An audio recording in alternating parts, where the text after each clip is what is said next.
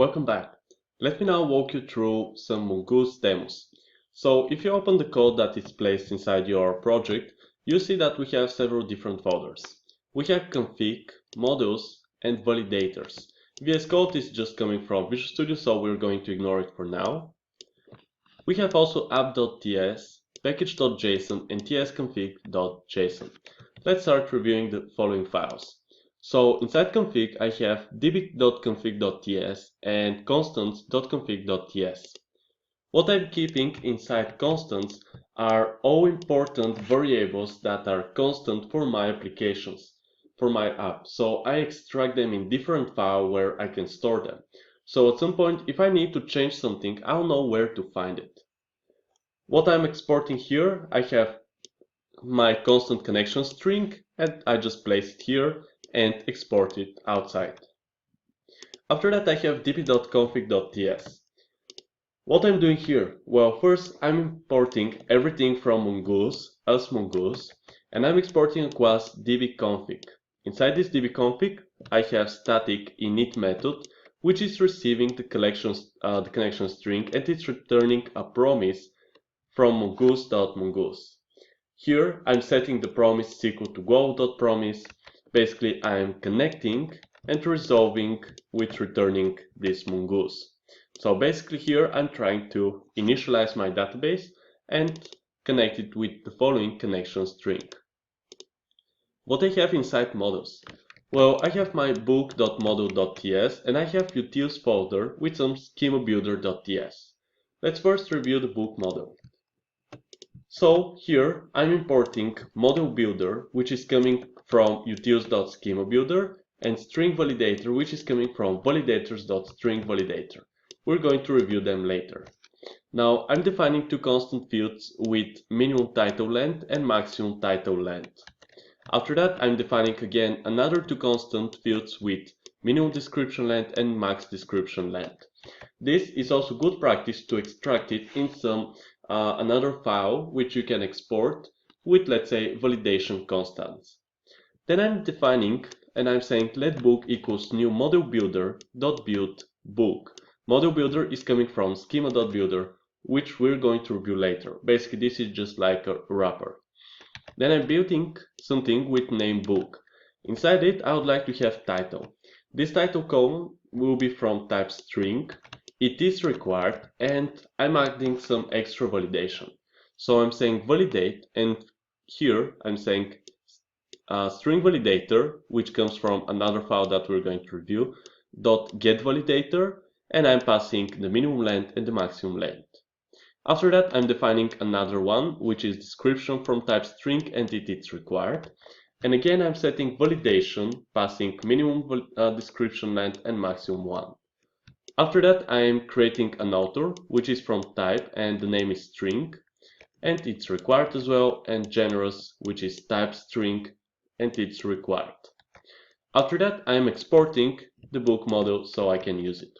Let's now review what it's doing schema.builder, because from there we're using our model builder. Basically here I'm importing first Mongoose, and I'm trying to wrap the models, the original way of creating models, and make it in an easier way. So I'm exporting the class model builder, and inside it I have single method build. This build method receives two parameters, string name and properties, which is an object. That's returning mongoose.model from mongoose.document.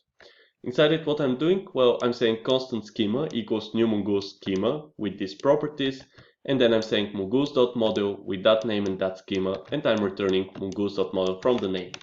The whole point here is to don't write these three rows every time when I would like to define a new model. I have it only once, and after that I can reuse them much easier. As you see, I'm just saying new model builder.build. And this wrapper is saving us these three rows every time. But if I have 30 models, then you can just multiply 30 by 3 and see that I'm saving 90 lines of code. I have as well another folder, validators. Inside it, I'm exporting a class string validator, which has a single method, which is static getValidator. This getValidator is receiving minimum and max numbers, and it's returning some value with string, which goes to boolean. So I'm returning value from string, which is going to what I'm saying. Here I'm trying to validate if the length is valid. So length is valid if minimum is less or equal to value.length, and in the same time value.length is less or equal to max. Then I return the boolean, is it actually valid? So where I use it inside my book here, and I'm trying to validate if the book property, title and descriptions are valid. What I have inside my app.ts. Here I am importing Mongoose.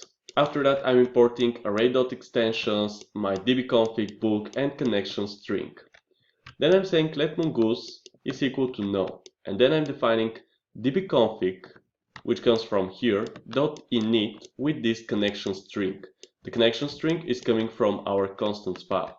And I'm saying .then Mongoose goes to, I'm setting the value of my field here, my variable, and I'm saying let book equals new book, and here I'm entering the values.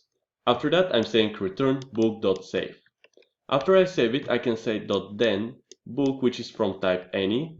If it's successful, then I'm going to console.log book created, and I'm going to return book.find.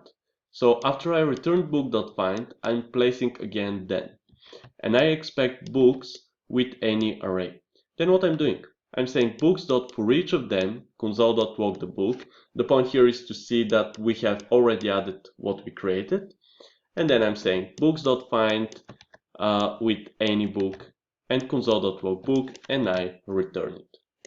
What I have in package.json, well, here I have just the name of my application, books.db, version, description, some main, which is index.html, scripts, and we have no test specified, the author, license, dev dependencies. And here dev dependencies and dependencies are important because here inside dependencies what I have included. Well, I have my Mongoose and its version. But to make it work with TypeScript, I have to add the types. So I'm saying add types / Mongoose and the version. I have also types for node and types for promise. Inside tsconfig.json, I have just some compiler options like module common JS, the target, which is ECMAScript 6, no implicit any false, and source map false. And that was the review over the demo project.